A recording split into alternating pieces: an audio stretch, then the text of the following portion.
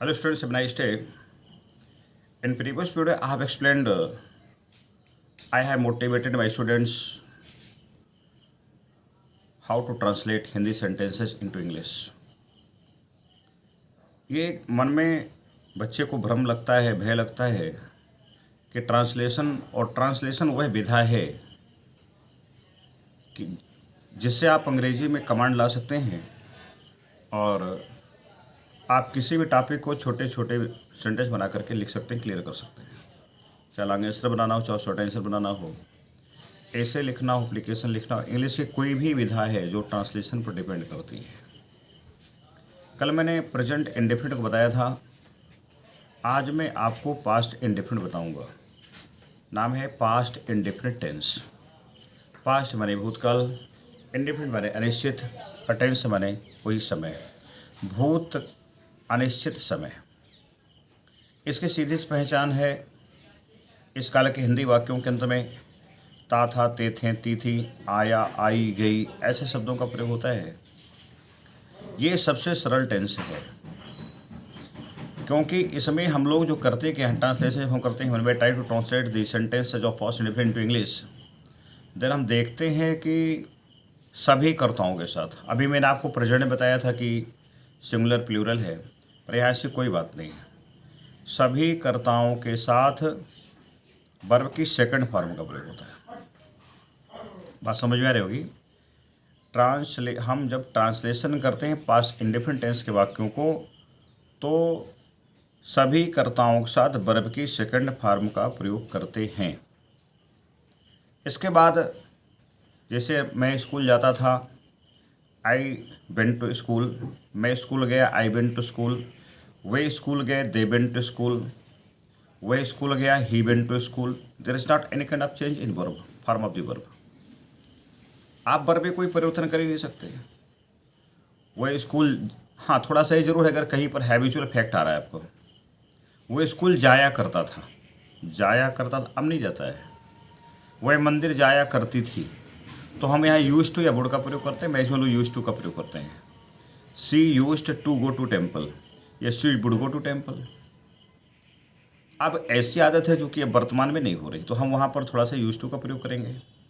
अब हम आते हैं एक ऐसे वाक्य में, ऐसे पास्ट इंडेफिनिट के वाक्य जिसपे किसी भी प्रकार का जोर प्रकट हो, एनी काइंड ऑफ एम्फेसिस। कल भी मैंने बताया था कि वादा, इरादा, इच्छा, धमकी, सहमति।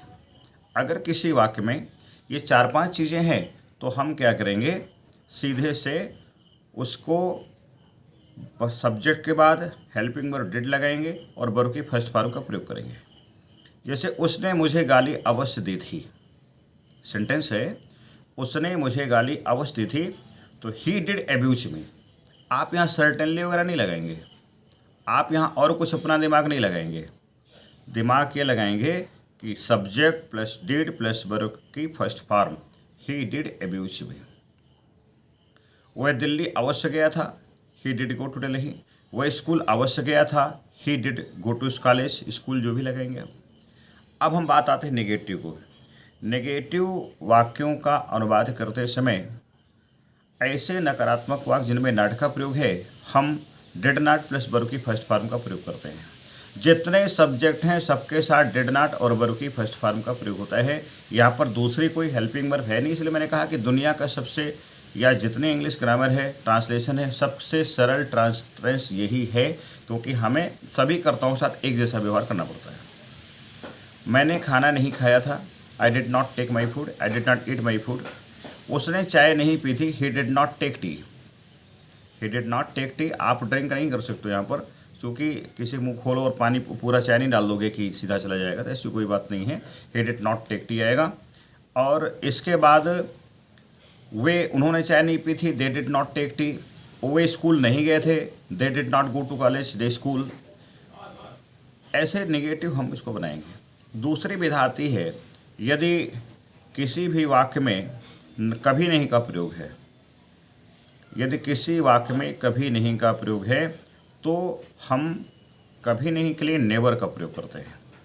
अब नेवर के साथ डिड नॉट का प्रयोग तो होता नहीं है। जैसे कल मैंने आपको प्रेजेंट बताया था, तो वहाँ पर यहाँ पर भी केवल और केवल नेवर का प्रयोग होगा।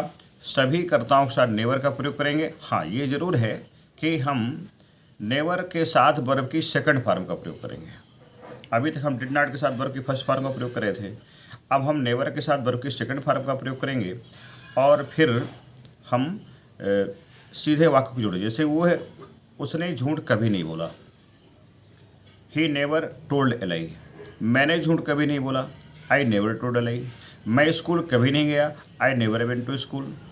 वह मंदिर कभी नहीं गया, he never went to temple. वह चित्रकूट कभी नहीं गया, he never went to Chitrakoot. ये सभी के साथ है। वे चित्रकूट कभी नहीं गए, they never went to Chitrakoot. हम चित्रकूट कभी नहीं गए, we never went to Chitrakoot. ये आपका नेगेटिव क्लियर किया गया। अब बात आती है इंट्रोगेटिव पर।